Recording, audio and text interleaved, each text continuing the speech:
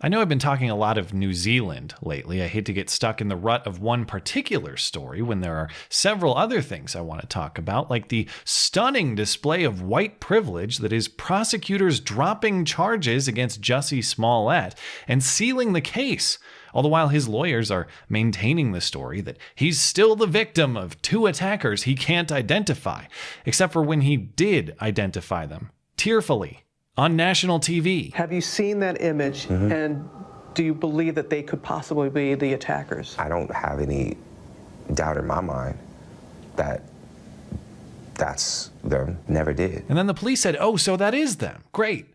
Because we know who they are. They're your friends. So are you lying or are you complicit? And now the answer to this months-long waste of public resources is somehow, hey, no harm, no foul, nothing to see here, move along.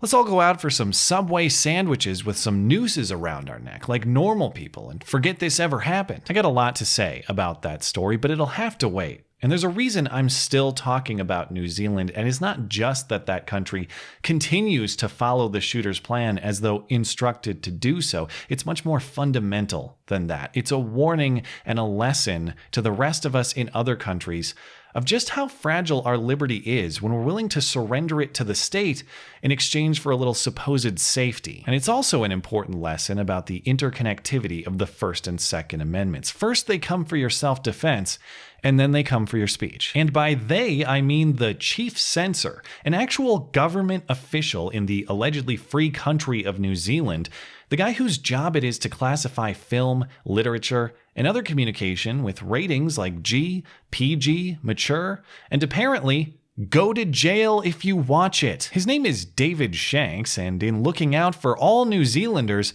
his office already banned the possession or distribution of the live stream video of the shooting.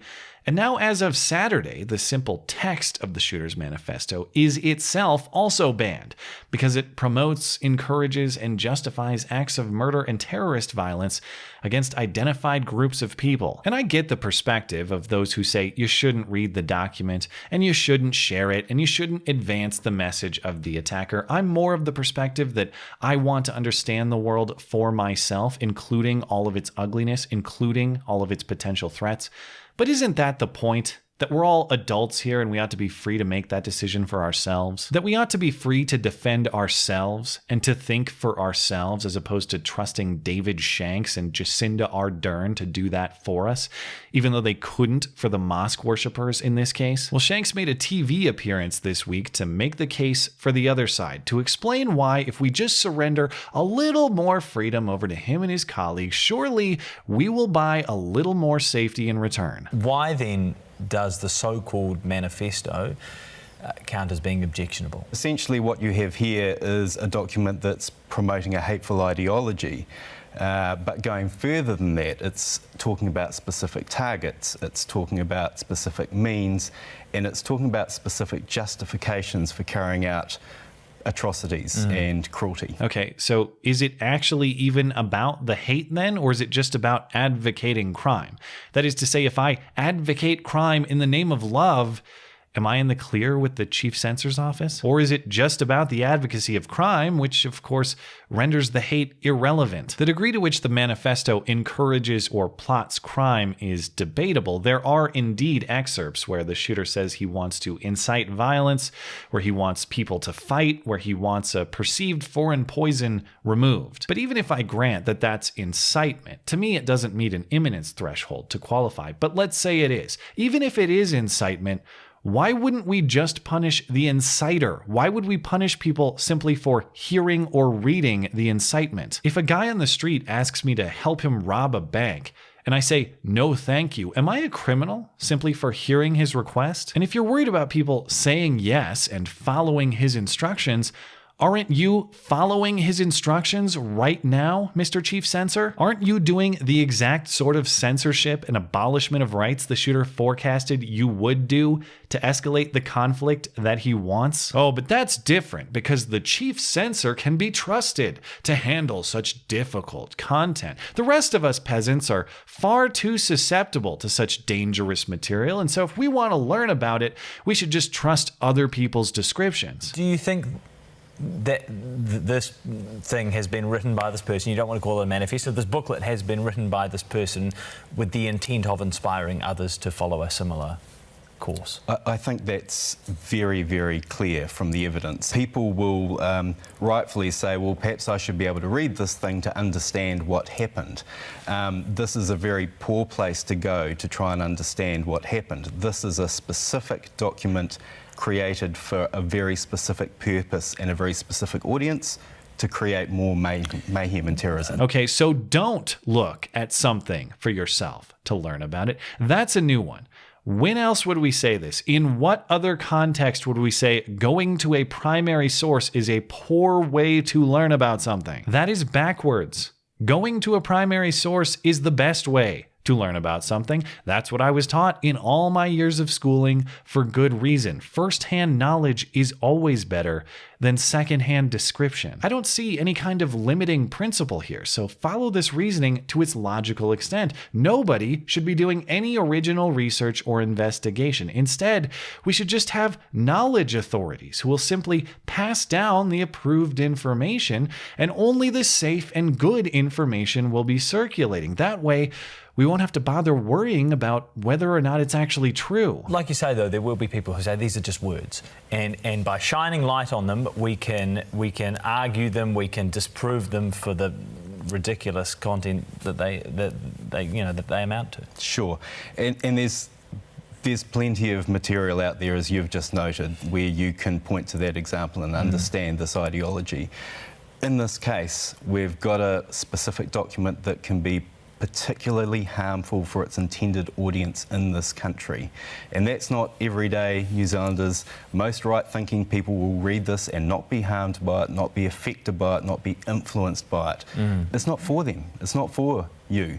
It's for a target audience that is susceptible and vulnerable to that message, and that can be very dangerous. Okay, so the sensitivities of the few will dictate the rights of the many. Again, this is exactly backwards. Apply this reasoning to other contexts. Oh, well, most New Zealanders will never drink and drive, but on account of the few who will, we are banning both cars and alcohol. Most New Zealanders will never stab anybody, but on account of the few who will, give me those kitchen knives. Most New Zealanders will never commit a crime at all, but on account of the few who will, any book that may inspire anyone to do so has to be tossed on the fire until it's just straitjackets and padded walls for everyone, except that one's not a hypothetical.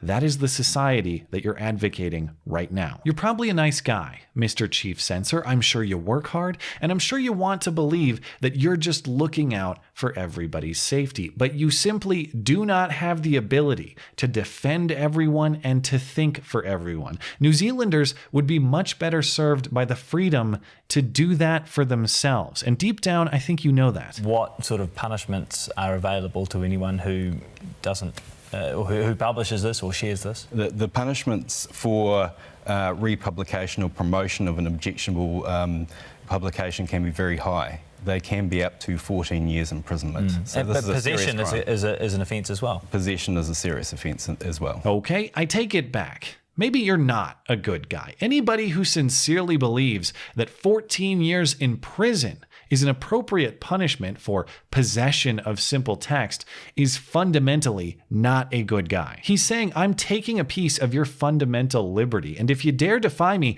I will take away every last bit that remains. Outside of actually killing people, that's about the worst and most illegitimate offense you can take against a person. But I guess we're supposed to accept one wild injustice as a means to prevent another injustice that's just a little bit worse. Except that is a trade that we don't have to make. With some clear thinking, we can surmise that individual liberty is the solution here, not the problem or the enemy. And all it takes is that we accept one fundamental reality, that evil exists and we cannot eradicate it. Nobody, not even the chief censor in all of his power, can make it go away. And so you have two options to mitigate it. One, you have your words and the ability to speak about it and with it in the hope of moderating it.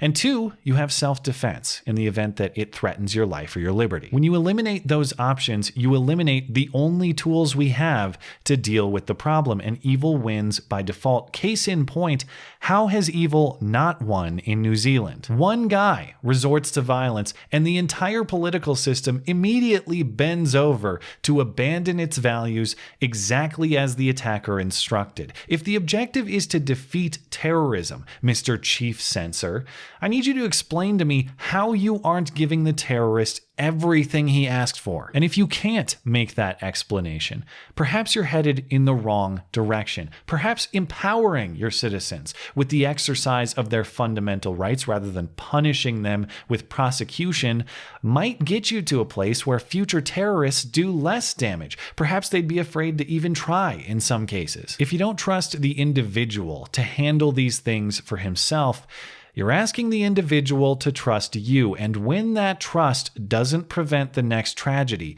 I hope you take a little responsibility, Mr. Chief Censor, instead of insisting yet again that we're all just a little too free for our own good. Thanks as always for listening and for supporting this channel always. Appreciate that thoughtful discussion down below, and especially over on Twitter, that is at ML Christiansen. You're always welcome to come hang out and chat in my live streams. Those are linked down in the description. Looking forward to it. Goodbye.